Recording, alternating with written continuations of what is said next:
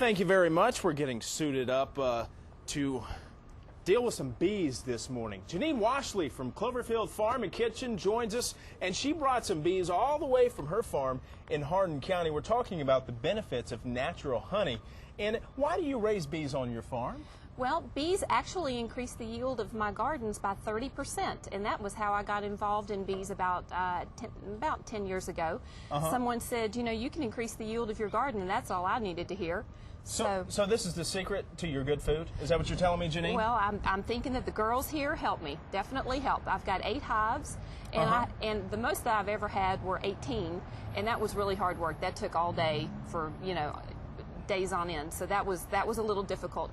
8 to 10 is very manageable, and that's where I like to keep it. A hobby beekeeper has 25 hives or less. Oh, wow. Yeah, so it's really critical for people to get involved in beekeeping, because the commercial operations are the ones that have the colony hive collapse. Right. And so for us to be able to maintain these hives in, you know, our areas, like I live in the country, you live in town, you know, of course you want to, you know, check with your insurance and that sort of things. You know, we can keep our food pollinated, our gardens pollinated, and keep, you know, our food supply going.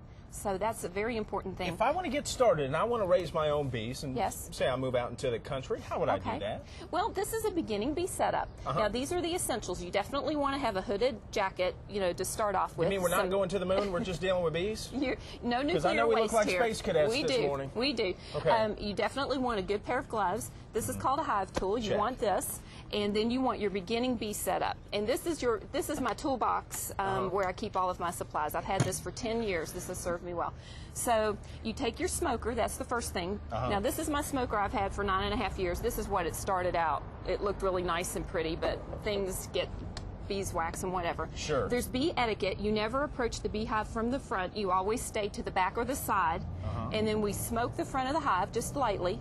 Here, you try it. Okay. Just lightly smoke the front entrance. And what the smoke does, it calms the bees down. And then we lift the lid a little bit, and you smoke, just smoke under there. And then you drop the lid gently. Everything is very gently and very methodical. And then you set it down. And then you typically wait about 3 minutes. That gives the bees time to move to the bottom chamber. But anyway, you take the lid off, set it aside, and you... Really, a good beekeeper allots 5 to 7 minutes, because the bees start getting nervous with the light and whatever. Yeah. So you want to work methodically. You want to know why you're going in. And we're going in just to do a queen check. Okay. We've got a queen right here, a live queen. She's marked right in there. She's an Italian queen, very gentle and heavy honey producers. So you hold her. Okay. And then you remove the inner cover and set it aside. And then this is actually, these are what the honey frames. The honey frames are a different color. They're white. This is a frame that's actually already drawn out and full of honey. Oh, wow. Feel how heavy that is. Looks Sterling. heavy. See how heavy that Boy, is? it sure is. Compared to this one? It's amazing. So anyway, we're going to go down into the brood chamber. So this is the honey, and you just take it off, set it aside,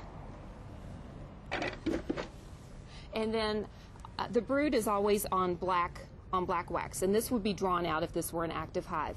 And so we would take our queen, we would remove the cork from the bottom, we would take the frame like this, and we would just balance it just like this. And there's usually wax and propolis and things like that on here, so it would make it very easy to stick. Yeah. And you stick it right there, and you kind of watch, and the bees will come over the top, and they'll meet the new queen. They'll smell her pheromones. They'll get used to her.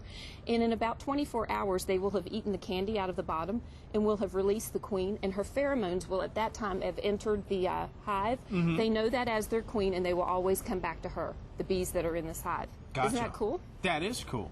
So anyway, we're going to take her out. And then you just work very methodically. You pick up your frames again. Yeah.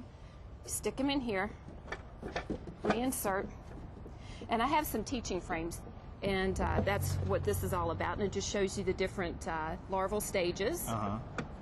And sometimes... How long does it take, Janine?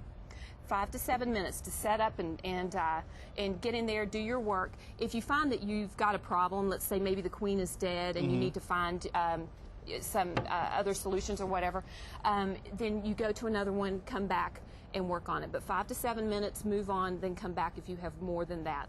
All right, Janine Washley, Cloverfield Farm and Kitchen. We're talking bees this morning. Janine's going to come back and visit with us, and we were talking about recipes that you can use your honey in. Exactly. They are so tasty. You can find more information about bees on our website, wdrb.com.